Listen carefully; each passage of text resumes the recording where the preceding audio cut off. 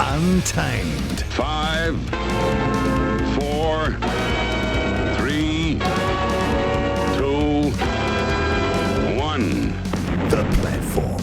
iOS, it's only sport. That's the name of our radio show. 1 till 4 every afternoon on the platform. That's the name of this podcast. Martin, Devlin, Lachlan Wall. We just look back at what has happened today in the big, wide, wonderful world of sport. The highlights of the show, the Ashes. Well, did Australia win it? Not really. Were England the better team? Probably. In the end, was a draw a great result? I reckon, because it leaves both of them frustrated and dissatisfied with the outcome. The Matildas, not rescuing the Women's World Cup, that side of the dish, but certainly given it the impetus it needs by the fact that they are through to the knockout stages. You always need the hosts to hang late at these tournaments. Murray Mexted. I mean, our All Blacks are just playing brilliant, aren't they? How much better can they possibly get? As well as that, the Football Ferns. Are they there to actually play sport, or are they there to lecture us about social change? And the resources that were given to that team, can we honestly look back at that campaign in terms of success and failure? And are we allowed to call it the latter? Let's go. As always, tablets in hand, I say gather my flock. It is time for a sermon, and it is about the Ashes. Let's go to the mountaintop. We live in an amazing, amazing world, and it's wasted on the crappiest generation of just spoiled idiots. There is no such thing as a moral victory in sport. I'm talking about the Ashes. How can there be such a thing as a moral victory? One guy or team or girl wins, the other loses. One walks away happy, the other bitter, twisted, and feels crappy. Except this Ashes series, you see, and especially this final test completed this morning. Final test of the 5. Australia were in total control going into the final day. 135 without loss, chasing a mammoth 384, but with only 249 to get and 10 wickets in hand. Then a whole session is lost to rain. A draw was inevitable. That was the bare minimum. You would have thought a 2-1 series win. 2 of them drawn, and England left ruining their dumbass baseball decisions in the first 2 tests. Australia walk away feeling victorious. But no, nothing of the sort. The heroics from the Poms, the refusal to accept defeat, the total commitment to this style of test cricket that they've introduced to the world. We will attack. We will attack. We will come back and we will attack. We will not bow to the Aussie attitude. We will impose ourselves, our brand, our own way of playing this most treasured of formats. Baseball. Throw the bat at everything. Throw it again. Declare on a whim rather than pragmatically play for a win. It's been thrilling. It's been ridiculous. It's been totally frustrating. It's not test cricket, but utterly compelling viewing. Superb sport. 5 matches over 6.5 weeks, so much theatre and drama and storylines. And who walks away happier? Well, this is where the great debate begins. Can Aussie seriously claim they've won the Ashes? Well, they've retained it, sure, or re-reigned it is one great headline that I saw. But from being 2-0 up, this must feel like the All Blacks drawing last year with England at Twickers. For most of the match, it felt like we'd given them a right slap. Then by the final whistle, we're all left wondering, so what are we meant to make of all of that? It's the perfect ending for all us neutral cricket numpties who don't have a favourite or a horse in this race. Aussie won, but they didn't really because it was a draw. England feel like they're the better team, but they weren't really because it was a draw. 2-2 then after 5 tests. There is no such thing as a moral victory in sport. But in terms of this, it's about as close as you could possibly get. Devlin. What do you want? We want information. Information. You won't get it. The Platform. Lachlan, what are the sports news headlines? Plenty as always, Martin. Well, it's a Tuesday. Usually Tuesday's actually a bit of a quiet day, but there's a fair bit going on. Go on. Ashes cricket, most noteworthy, which I won't lie, probably since, was it the 3rd or the 4th test that was rained out, and it meant Australia were going to retain the urn. I was just like, okay. I haven't really paid much attention the last couple of tests, I won't lie. But, and I did miss the final day, and I kind of wish I didn't. It was an incredible final day at the 5th test at the Oval, wasn't it? Stuart Broad delivering a fitting finale to his cricket career by taking the last 2 wickets, clinching victory for England, a series-tying victory this morning. An Ashes series that had pretty much everything ended with one last dramatic twist as England produced a stirring recovery in the final session, dismissing the Australians for 334 and earning a 49-run victory at the Oval. Australia were chasing 384 to win the series 3-1. Not to be 2-2 in the end. And I think it hasn't been a one-sided. It's been an incredibly tight series. It's almost fitting that it ends 2-2, I think. All right, Silver Ferns played last night, it would have been. They took on... who did they play in the end? We've got the Singapore. Wales. It was Wales. No, it was Wales. Singapore was the night before. But taking on Wales and another victory for the Silver Ferns, another comfortable victory. I mean, these matches, it's a bit strange. It's a little bit like the Women's World Cup. I mean, international netball is a bit more competitive than women's rugby. When I say Women's World Cup, I mean the Rugby World Cup. And yet just these games in the lead up to the knockout phase just feel a little bit, not meaningless, but we're kind of waiting for a proper test. Well, they're not really even good warm-up matches for us. We're dicking teams by 80-30. Yeah, well, 83-34 was the score between the Silver Ferns and Wales in Cape Town last night. The next game, the Silver Ferns take on South Africa, the Proteas. That will be 6 p.m. their time, so 4 a.m. New Zealand time on Thursday. They've played most of their games morning South African time, the Silver Ferns, but that one will be at night time. FIFA Women's World Cup last night, it was Australia who were looking to get to the knockout phase as co-host. New Zealand failed to do so. It was up to the Australians. They needed a win to get to the next phase, the round of 16. They did so, smacking up Canada 4-0. And the other group match, it was between the Republic of Ireland and Nigeria, 0-0 draw. It didn't really matter as Ireland had already knocked out Nigeria, was sitting top of the group. I think they still could have not progressed Nigeria, but in the end, that was a result that sees Australia top the group. Nigeria comes second. As well as that, we saw Japan smack up Spain 4-0. Zambia beating Costa Rica 3-1. What does that do for those groups? Australia top Group B, as I say. Nigeria progress as well. Japan sit first, and they'll finish first in Group C. 11 goals for, none against. That's quite incredible. 3 wins from 3 for Japan. Spain comes second. 2 wins and a loss. Zambia and Costa Rica miss out. Later on today, we've got Vietnam against the Netherlands at 7 p.m. At the same time, Portugal take on the United States. Then China, England at 11. Haiti against Denmark at 11 p.m.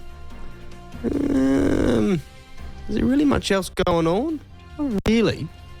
Any football fans out there? Any Liverpool fans, be specific? Another midfielder has departed. Fabinho leaving Liverpool, joining Saudi Arabian side Al Ittihad. Jordan Henderson, of course, departed the club for another Saudi Arabian club, that being Al Ittifaq.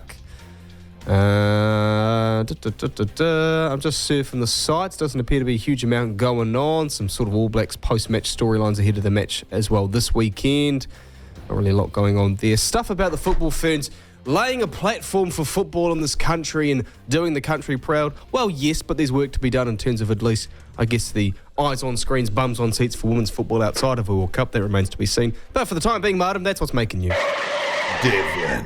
Oh my goodness me! The platform. Does sport get any better than the Ashes? Those 5 tests, every single emotion available, and no one really won. Of course, Australia, they keep the Ashes, but England, is there such a thing as a moral victory in sport? If there is, I reckon that's about as close as you get. Jon Norman, talkSPORT cricket editor, on the subject. How have you absorbed all of it? I haven't absorbed it. There's just way too much to absorb. I heard with about 4 hours to go today, I sent my colleague Sam Ellard around the grounds for him to record just the punters. I said, just ask them all what your favourite moment of the series was. And we're listening back, because of course I wasn't with him when he was doing these interviews, on the show that we produced following on. And I was listening to all these guys going, and girls going, oh, and there were so many moments I'd even forgotten from the series, you know. There was the declaration was the best bit. Zach Crawley's innings was the best bit. Chris Wokes was the best bit. Mark Wood bowling 95 miles an hour was the best bit. Just so many moments, and that's just continued through to today. You know, we had another one of those sliding door moments when just before the lunch break with Steve Smith and Travis Head, they'd put on best part of 100 runs for the 4th wicket, and the victory target was about 140 away, and Steve got the ball onto past his pads and ballooned up, and Ben Stokes took the catch high up in the air, but managed to, he kind of dropped the ball. It looked like he was about to start celebrating, and then his hand hit his knee, the ball hit the floor, and then for some really weird reason, England reviewed the not out call when they knew that the catch hadn't been taken, and they lost a review doing it. And then they walked off the field, and it was like, wow, what on earth has happened there? And you thought, well, that could be the moment that Ben Stokes has dropped the Ashes. Of course, that's not how it ended up. So Stokes, you think, has done a Herschel Gibbs at the World Cup for South Africa against Australia and essentially dropped the Ashes. Go off for 2.5 hours with loads of time left, sun out, and then two of the unheralded names in this side, Moeen Ali, combined, two Birmingham boys, two guys that essentially nobody thought would even be playing in the Ashes 2 months ago. And Moeen Ali takes the wicket of Travis Head, and then all hell breaks loose. 4 wickets for 11 runs, 5 wickets for 30. Pat Cummins goes, and suddenly it's England's game. And then, of course, Stuart Broad, of all people, comes in and follows up hitting a 6 from his final ball in international cricket by taking a wicket with his final ball in international cricket as a bowler, wraps up the win, and we all go home. And basically, we missed this series, and it's only finished an hour ago. John, do you feel like you've won, even though you haven't? I feel like cricket's won. I really do. I feel like Test cricket's won. I feel like England have performed heroics. You know, England really should have won this series 4-1. You know, I'm not just talking about the washout. They should have won at Edgbaston as well. And Australia were really rocked by that injury to Nathan Lyon. But then let's not forget, England lost Jofra Archer for the entire series and couldn't play Mark Wood until the third match. And it was Mark Wood's wicket of Labuschagne that really made the first hour England's this morning. It was Mark Wood's batting at Headingley and bowling that turned the tide of this series. So both teams have missed out on having their full allocation of players. But the manner in which England have essentially stared a 2-0 deficit, and instead of changing the way they operate, like everybody told them to, they doubled down on it and carried on going. And if not for the weather, then yeah, they could have been the only side in the history of cricket without Don Bradman that's come from 2-0 down to win 3-2. Jon Norman, cricket editor for talkSPORT, with us. The crowd. Talk us through the crowd. Oh, the crowd at times. I'll talk you through the crowds very quickly, test by test. Edgbaston, the best crowd in cricket in this country, the noisiest crowd in cricket in this country, absolutely immense. Lords, usually the quietest crowd in cricket, but on day 5 turned feral after the stumping. Headingley, that's where the comeback started. The crowd at the Western Terrace are second only to Edgbaston in terms of raucousness. Old Trafford, that is an 8,500 temporary permanent stand, and it was noisy for 3 days and then underwater for 2. And then the Oval, which is actually quite a polite ground. You don't get the booze like you do everywhere else. I'm talking about pantomime booze. The booze here is very expensive. But day 5, just when the desperation was starting to kick in and England were behind the game and Australia favourites, that's when you really heard the noise. And the sound that greeted some of those wickets today will live long in the memory. Absolutely incredible. How do Australia view this series? How differently than what England will? A huge lost opportunity and a career-defining one. Look, Pat Cummins has had 6 months, and I think that people should remember this in Australia and New Zealand. He goes to India, the toughest place to tour, and has to leave halfway through because, of course, his mother was about to pass away, which he did. Then comes back to England, the start of a 2-month period where he wins the World Test Championship, something only you guys have managed to do before, and then goes 2-0 up in the Ashes. 2 close games. He loses a third game, and then it kind of falls apart for him. Fortunate not to lose at Old Trafford. Could have won here at the Oval, won a good toss. Australia dropped the Ashes on day 1, truth be told. 5 drop chances, and the one by Carey when Brooke was on 5. You know, that is another massive sliding door moment. I think Australia will really feel that they've missed an opportunity here because Steve Smith, David Warner, Usman Khawaja, Pat Cummins probably, they'll never win an Ashes in England now, and this was as good a chance as they're ever going to have. Do they go away sour, or do you think they're still going to be cocky afterwards? No, they go away despondent. There are 2 reasons they go away despondent. Firstly, because they've given up the opportunity to win an Ashes. 2-0 up with 3 to play, and they didn't win it. And secondly, they go away despondent because, you know what, they've been basballed. That's the last thing they ever wanted. But they realise, they look in the mirror and all of the talk in the head of this was that it was not about Bazball, and Bazball didn't exist. They know that Bazball does exist, and over the last 3 tests, they have experienced it firsthand. What a series. Does this go down? Well, I mean, we always do this, don't we? We talk about 81, we talk about 2005. None of us can remember when Bradman's team came back from 2 down, but where does this stack in terms of Ashes series? For me, it's the best. 2005 obviously ended with a winner. Some will say that you can't have the best series when there's no winner. Some of the greats of the game, Shane Warne, Glenn McGrath, Kevin Peterson at the start of his career, Freddie Flintoff at his very best, Steve Harmison, Ricky Ponting, Adam Gilchrist. And I suppose quality, you'd have to say 2005 beats 2023. But in terms of drama, in terms of close games, then this series really has it over any other. A 2-wicket win, a 3-wicket win, a 46-run win and a 49-run win. 4 close games out of 5. I think that 2023 actually, arguably, is the best it's ever been. To hear the full interview, download the platform at the App Store. Via Platform Plus, you can go back and listen to the whole show and all of the interviews in full. Next! I am the Minister of Common Sense, and we're talking the Ashes. We need to talk. What would you know? We need to talk. Did I just say that? Next! Can there be such a thing as a draw in sport and it's a satisfactory result? Because I believe that in this particular case, over 5 tests for this series, Lachlan, the answer is yes. And I would never normally say that.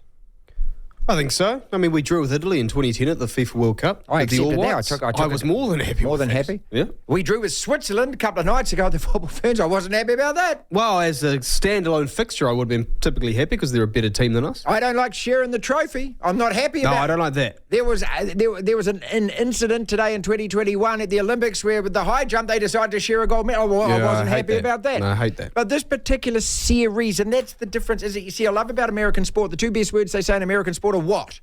Game 7? Yes. Because at the end of 7 games, the best team has won. At the end of these 5 tests, I'm not so sure who the best team is. Who is it? See? It doesn't, I mean, it should be an instant answer. I think it would be... I do have an instant answer. Instantish. It takes me 5 seconds. They were both equally strong, shall we say, but I think England made more mistakes. There were more moments that England didn't take advantage of as opposed to Australia. Hence why Australia have the urn. As much as you say it's a draw and we come well and everyone's, happy friends and whatnot, where, you 2-2 and stuff, Australia still have a trophy. England don't. So it's kind of not really a draw.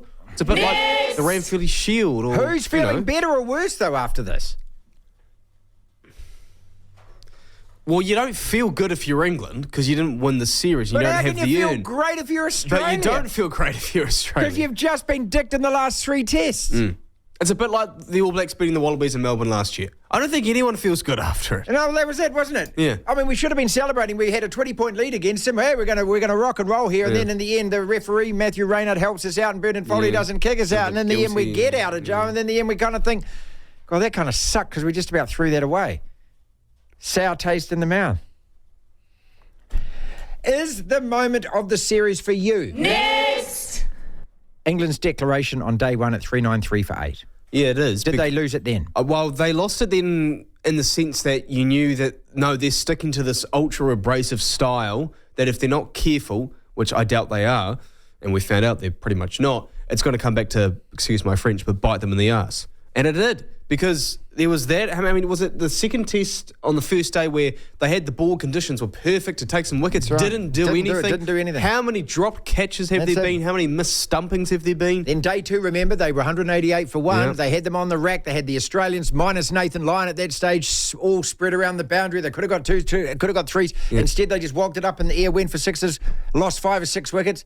There are moments here where they will be regretting. Next! Where does it stack up in terms of the greatest Ashes series ever? Well, I'm not the best person to shed light on this because I haven't really been the biggest cricket fan for very long. But based on what things I've read, well, I don't know. At least in one that I've watched, it's the most entertaining. I mean, the first Ashes series I would have seen would have been way back. Probably. 05? You must have watched 05. No, I didn't watch it. Well, I didn't grow up in a cricket household. I never got into cricket. So the first series I would have really watched and remember vividly wasn't until, was it 2013-14 when Mitchell Johnson just ripped apart the England batting line. Well, in that case... From what I hear, it's up there with 05. In that case, is it going to inspire another generation of fans to love their Test cricket? Yes, absolutely. Well, not in this, probably in Australia and England. England more than Australia, I'd actually think. But absolutely. All right, final question then. In terms of the Ashes, before we go to Craig Cumming, it was there on day 1, but he's watched day 5, home in Dunedin this morning. Next! Does it have a future, or is it just series like this that has a future?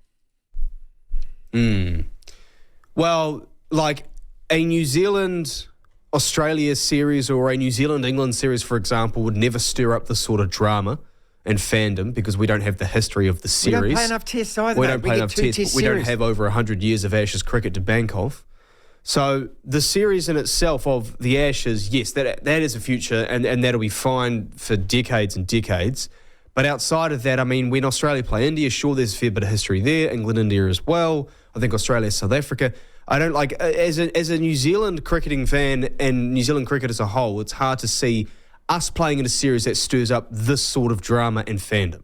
So it's kind of yes and no in terms of the sport having a future. The All Blacks, magnificent, brilliant, and then some. 3 consecutive tests, 3 consecutive wins. Legend Murray Mexted joins us with his thoughts. You've got to be happy with that. As an All Black fan, I'm sitting there looking at Argentina, South Africa, Australia. We've put them all away. What are you feeling? Yeah, no, I'm delighted, actually. I'm really delighted. You know, the first game we played Argentina, we scored 7 tries in Mendoza, and that's a hard environment to perform in because there is a very, very aggressive crowd, we'll call them this time. So 7 tries, pretty impressive. Was it a one-off? Don't know. Number 2 game, we played the Springboks, probably the best team in the world, and we won 35-20. We scored 4 tries. It's not bad against the best team in the world. And then we played the Australians and we won 38-7 and we scored 6 tries. So you'd have to be happy. If you weren't happy with that, you'd be pretty cynical about life, wouldn't you? I think so. You know, and just cast your mind back a year, mate, when the CEO of New Zealand Rugby this time last year was flying to South Africa to sack our coach, remember? Yeah, I know. I couldn't quite get my head around what was going on. It was almost as though no one knew what was happening at NZR headquarters as well. It was very disappointing, wasn't it? But you'd have to ask yourself, why are we playing so well since that date? Why are we playing so well? And so I'm asking you a question now, Martin. Why are the All Blacks playing so well sort of, you know, a couple of years on? Okay, I'll put it down to a couple of things. I'll put it down to players that have had time in that team to settle down in terms of themselves and their combinations. That you talk about this a lot, that perhaps a lot of those players are now understanding Test rugby, what their roles are, and as a result, increased confidence of selection is part of it. Plus also small things like the short passes are sticking, the angles that we're actually playing, the pace we're playing at seems to be coming off, and last year it wasn't. Whether we've got around that rush defence, whether we've gone back to playing more our style rather than trying to combat the other teams, and probably a lot of confidence. I'll put it down to all of that. Okay, well, you're reading my mind these days. Thank you. So you don't need to call me now. You can just sort of say, Mex, I've spoken to you. I've spoken to you long enough that I'm starting to get into that Mex headspace about looking at from a distance, I think. Okay, now you missed one thing. Sure. One thing that was more important than any of those things. What is that? Shall I tell you? Consistency of selection? It's coaching. Coaching, all right. Yeah, all those things, consistency of selection, all those things you said are dead right. But the most important thing, and in fact, I live by this because, 22 years ago I started IRANS, or 23 now, I suppose, and, my emphasis was on the development of world-class coaches. That's what I wanted to do. To do that, I had to have be developing players as well, because you can't have coaches just coaching theoretically. You've actually got to have, the real deal going on. And it's been an incredible 23 years, actually. And I just thought last Rugby World Cup in Tokyo, in Japan, I kept on seeing our graduates, as part of the coaching lineup of the other teams. And there were seven of our grads were coaching at Japan. I think there were only 16 teams. So that's a pretty good hit ratio. But the motivation behind it was I wanted New Zealand rugby to retain this revered position in the global game, somewhere near the top, one or two preferably, where we've been for 100 years. So, that was going to be hard when we've only got a small population, only 100,000 players. So we had to be better than everyone else. And how are we going to be better is if we have better coaches. So coaching is the most important thing. Now, I don't know how long ago it was now, 18 months ago, was it? Or 12 months ago, we changed 2 coaches. So we brought on board, a forward coach, and we brought on board a back coach. And you'd have to say the game has changed. Now, we are playing with incredible consistency, and all those things you mentioned before are absolutely correct. And the consistency factor is the big one. When we won in Mendoza, I thought, gee, that was a bit of a turn-up for the books. Maybe the RGs thought because they beat us last time, we'd be easy to play in Argentina. Easier to beat, and thought maybe they were a bit complacent. I don't know. We step up for the second game, and it's against South Africa, who have been resting their players, and I'm going to come back to that word resting in a minute, resting their players and waiting for New Zealand, and we gave them a bit of a tonking, didn't we? 35-20, and we scored 4 tries against Springboks. So that was pretty impressive. So I'm thinking, yes, if we can do this again against Australia, three weeks in a row, well, a gap of a week somewhere there, then we're on the right track for the Rugby World Cup. And that's the thing that I'm interested most in. How are we going for the Rugby World Cup? Not the Bledisloe, not the Tri-Series, but how are we going to go in the Rugby World Cup? So I was delighted to see us give Australia a real tonking, because at half-time, it was anybody's game. It really was. They were very competitive.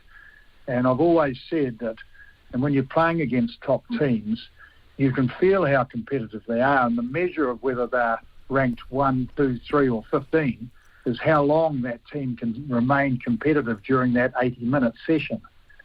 And, the Aussies ran out of steam, I think, probably after about 50 minutes.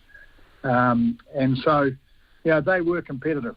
But it does mean that we're on the right track. We are doing well, and the introduction of these 2 coaches, have made a huge difference to the team, particularly in consistency of selection and consistency of performance. And it's no surprise or fluke that they're side by side, those 2 words, consistency of selection and consistency of performance.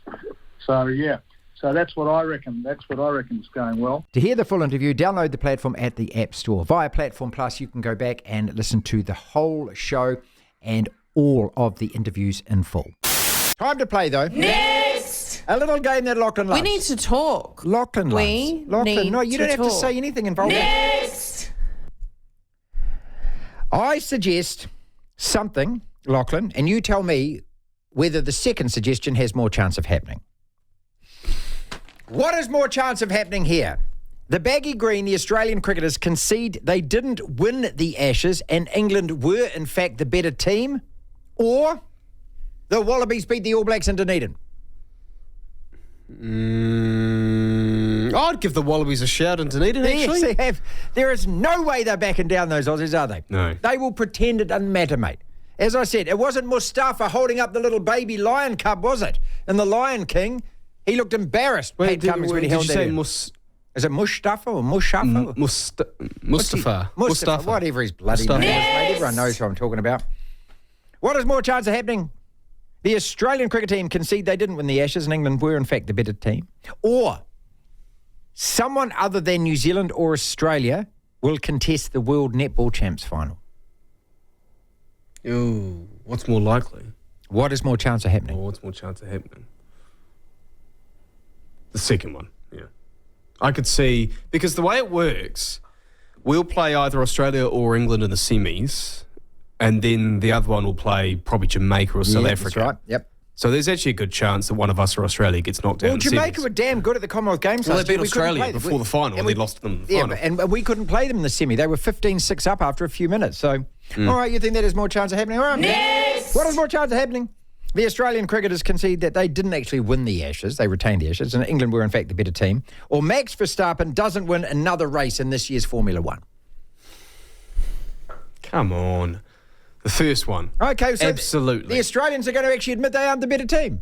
Well, Max Verstappen is absolutely winning at least one more race. Excuse me. Next. Well, more than one. He's probably going to win 6 or 7 more. I Right, got a whole maybe heap of 9. these, mate. We'll do more after 3 o'clock. What is more chance of happening? That the Australians concede that England were the better team, they didn't actually win the Ashes? Or the Matildas go on to win the Women's Football World Cup? The Matildas go on to win the Football Women's World Cup. I reckon they've got a smidge of a chance of They making do. the quarters Well, they've of got the more of a semis. chance than Australia admitting that someone else is better than them at cricket. You don't think there's any chance of that happening? No, this is Australia. No way. But even we wouldn't do that.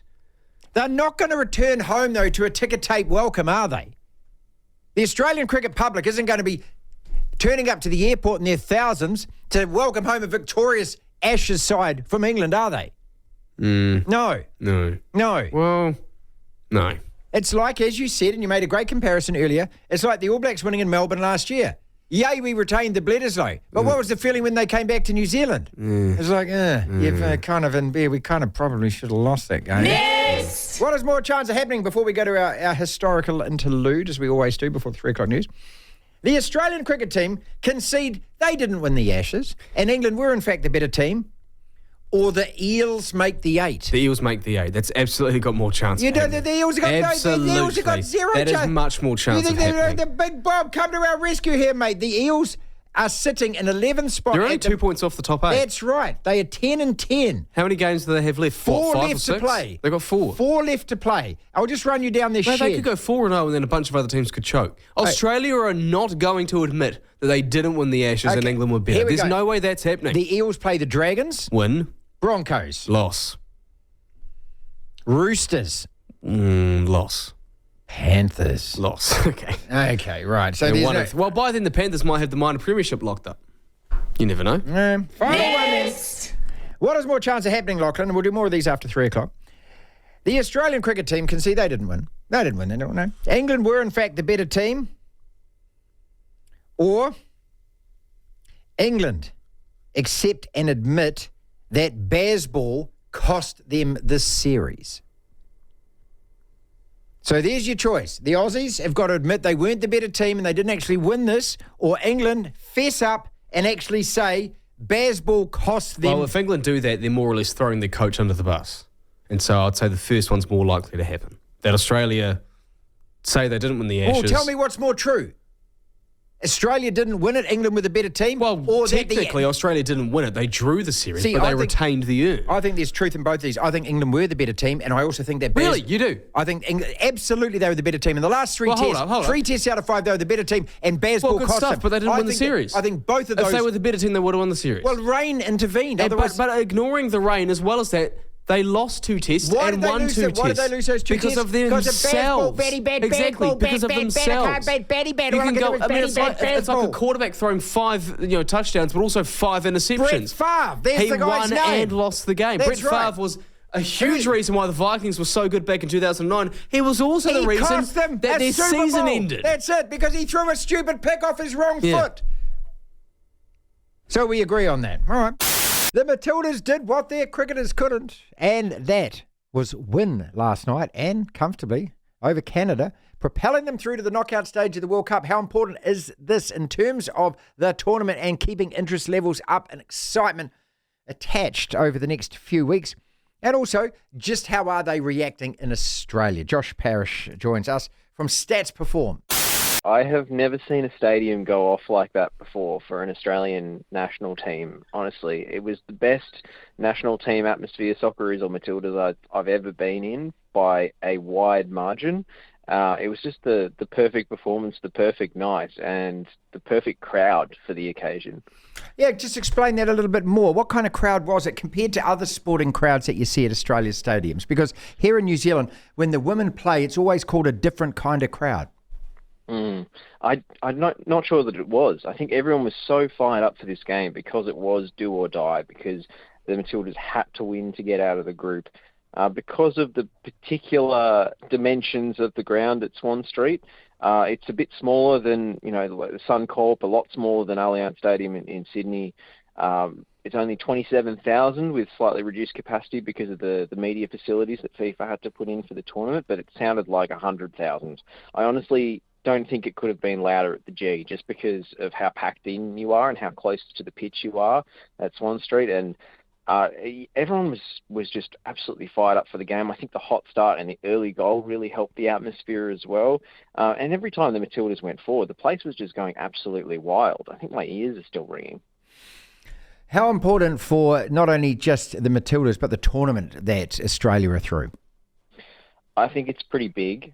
I'm sure that Gianni Infantino, who attended his first game in Australia, was a very relieved man last night to see the host nation go through. Pity that New Zealand couldn't do the same. It would have been great to have both in the knockout stages. But I think it's really big for the coverage that the tournament is going to get in Australia in, as we know, a very crowded sporting landscape. The attendances for the neutral games in Australia have actually been really healthy.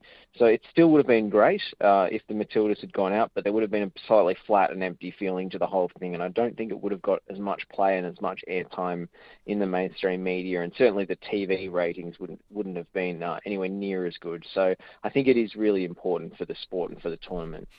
We've been waiting to see this from the Matildas, haven't we? Because pre-tournament, they always thought they're a side that should get through to the last 8. Yes, and I think there's been some great friendly results, but if you look at the list of teams that Tony Gustafsson has actually beaten in competitive games, it's not that impressive. Canada is a scalp to add to that list for sure. I really think they found a bit more balance in this game than they did in the Nigeria match, because they shifted things in the forward line. I think having Courtney Vine and Hayley Rasso on the flanks in the Nigeria game was a little bit one-paced and a little bit one-dimensional because they're both similar players you want to run in behind all the time, and I don't think Vine is that comfortable on the left as a right-footed player. With Mary Fowler becoming available again and playing up front, it allowed them to shift Caitlin forward to the left flank, and she's much more of an infield sort of combinations style footballer, and she has great chemistry on the left with Steph Catley, who's a club teammate at Arsenal. And they were able to win the ball and make headway on the left and sort of suck in defenders and then switch it out to the acres of space on the right for the pace of Russo and Carpenter on that flank. So I think that just the geometry of the team all sort of fit together a little bit more neatly last night than it has done. All right, Josh, we're looking at the next couple of days where all the group stages wrap up. Aussie winning that group, Switzerland winning Group A, Japan thumping Spain, England tonight, United States tonight, Colombia beat Germany. What are the best teams that you've seen, and is the cream rising to the top at the moment? I don't think it is just yet. I mean, I was totally convinced that Germany was the best team at the tournament after they smashed Morocco. I thought the speed and the accuracy of their passing game, just their relentless and ruthless nature in front of goal, as is typical of a German side. I'm thinking this side is going to win the tournament. And then they go down to Colombia. And the other most impressive performance of the group stage was Spain's opening match. And as you say, they've been thumped by Japan. So I really have no idea who's going to win this thing. I usually default to the USA, but even they haven't had the most convincing tournament. And there's a lot of fans who are pretty angry about their head coach not being more proactive and in-game and not making enough substitutions when he needs to. So, it'll be instructive today to see what they do against Portugal. The ATM podcast, apologise to me, Mark Watson, tackling sports topics that very few dare to tread, including the Football Ferns. What do we actually make of that campaign? Are they a force for social change, or should they just shut up, say thank you, and train harder? Politicians or footballers? What are they, the Football Ferns? Football Ferns, success or not? Oh, definitely a failure, Martin. I don't think we can deny that. Like, I was talking to a friend of mine who's been manager of the men's team for a long time, and we were just sort of saying about how much resource has been put into the women's team over the last 4 years at the expense of the All Whites. 38 odd games. We haven't won too many. Look, it was disappointing. We beat Norway. Great result. But suddenly we then dropped to the Philippines, who are awful, to be honest. If you look at what Norway did to them on Sunday night as well. And so it's interesting, isn't it, how our media just got to jump up and down because it's a women's team and can't criticise them, and have got to try and make out that, it was an emotional journey and, all this rubbish about getting on the journey. The reality is it was a failed campaign. Klimkova, she should resign, to be perfectly honest. Look, I thought we played really good patches against Switzerland. I think Switzerland were very nervy. I think they were very defensive orientated, and we played some really good football in that first 20 minutes, a much improved level of football than I saw in the first game, Martin. But, just giving away too many silly passes. I can't understand why we haven't got anybody that seems to be able to score goals. It's been a big problem for this Football Ferns team for a long time. Maybe an injection of youthful exuberance was what was required. But I think the same with the men's team is what I see in the women's team. Where is our ability to develop midfielders, this ability for players to feel comfortable on the ball and have time on the ball? But yeah, no, really, really disappointing. But look, I'll keep going back to what I said last week, though. I want to say this, though. I think the Women's FIFA World Cup in this country has been presented brilliantly. I think the crowds have been fantastic. It's a great tournament, whether New Zealand's in it or not. I encourage people to continue to go along and support these games. Agree entirely, and I think in some ways, just because, look, you and me work in the media, and so, we kind of take more notice of it probably than most other people, but the sycophantic coverage, the blanket coverage, the overwhelming goo coverage that it's had, I'm glad that aspect has finished. I'm not saying that I'm glad the Ferns are out, but that comes with that, and so now that the Ferns are out, hopefully these bozos in these newsrooms can actually do their jobs and report on the tournament, who are the best players, who are the best teams, that actually explained it in sporting terms for us. Because, the promotional puff pieces, they drive me crazy, mate. They absolutely do. There's not a single piece that has been written or presented since that defeat to Switzerland which outlines any of this stuff. And if you look at it in purely football terms, 6 times the budget of the All Whites. As you say, they've had 38 games. And the last year have won, 2 of those games against Vietnam, against Norway. I think the last one before that was the Philippines. A whole year where we haven't been able to put the ball in the net. Every time we've lost this year, 4-0 to the States, 5-0 to the States, to Argentina and everything else, we've had our giggly captain sit there and go, I'm so proud and everything, and the weather's lovely and the crowds have come out. This to me demeans the actual sporting side of women playing games in a professional environment, which exactly the same as the men's, is all about the results that you achieve and nothing else. Yes, this is a great fillip for football, but mate, I'm just staring down the same barrel that rugby went through last year, where the New Zealand Rugby have failed the Black Ferns and failed New Zealand Rugby. They put $20-something million into this, thinking that if you throw money at something, all of a sudden crowds are going to come back and there's going to be mass interest. Well, we've seen that hasn't happened. And it's quite scandalous, actually, when you think of the amount of money that has been poured into this. There's another 6 managers at New Zealand Rugby managing women's rugby. For what, Mark? I'm turning on the TV and there's not a single person in the crowd. And I fear that the same thing is going to happen, that New Zealand football don't have a bloody clue, that all of these administrators are just there sucking up to FIFA and tickling butt here and hoping that they get another job over there. Are they actually going to do something concrete for the game in this country so that all the young girls, all the women that have actually watched this and gone, yeah, I'm inspired by that, do they have a pathway in the future? And I tell you what it's not. Here am I raving at you for a second, but I tell you what it's not. It's not this bollocks pay parity thing. Pay parity with who? What men get paid to play in this country, play football? The Phoenix guys live in a budget league where they hardly break even every year. Every other club player barely gets petrol money if that's what they want. Where is this money coming from to actually fund this, to pay for it, and to put this pay parity argument into a place where it can be actually rationally and reasonably discussed? But isn't it just terrifying though, Martin? You've just summed it up. You've heard me. I've been quite honest about it, about all of those issues you've just addressed. I think a lot of the standard of this women's football at this World Cup has been dreadful. I think some of the skills have been quite appalling. I expected more. In saying that, some of it's been excellent as well. But where is anybody saying this? Everybody is just so scared now to criticise anything women, to come out and say anything negative for being labelled, and therefore we've basically lost our freedom of speech. And so, we've got rugby organisations spending money because they have to be seen to be doing it because the fear of some sort of ramifications from it. If they don't do it, actually, it's not a great business decision. It's a terrible business the problem. decision, mate. We're the same with Sky Television. It's just virtue signalling, putting people on because they've got to be seen to be doing the right thing rather than actually just having a quality product. And it is very, very scary. And the organisations that actually have the balls to stand up and go, actually, this doesn't make sense economically. Yes, we've got to just stand back. We understand the political pressure. We understand the women's rights movement. We understand this whole argument about years of oppression and all this other garbage we get thrown down our throat.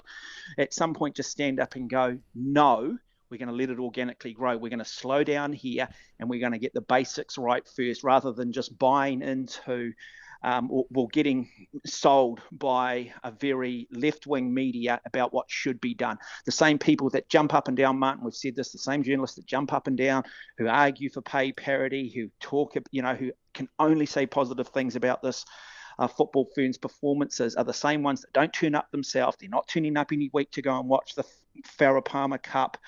And at the end of the day, it's opportunity cost. What are we missing out on? Because politically, we're having our sort of, these sports organisations are having their hands forced in terms of where they've got to spend money and where they've got to put emphasis. It's not working. The market's not there.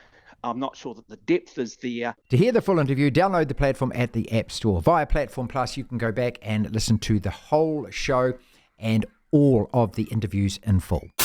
That's our podcast for today. Thank you so much for listening. If you want to listen to the entire show, 1 till 4, Monday to Friday, download the Platform app, and via Platform Plus, you can go back and listen to whatever shows over however many weeks at your leisure, at your listening pleasure. Platform Plus. First thing to do, though, is download the Platform app. Devlin. Unbelievable. Incredible. The Platform.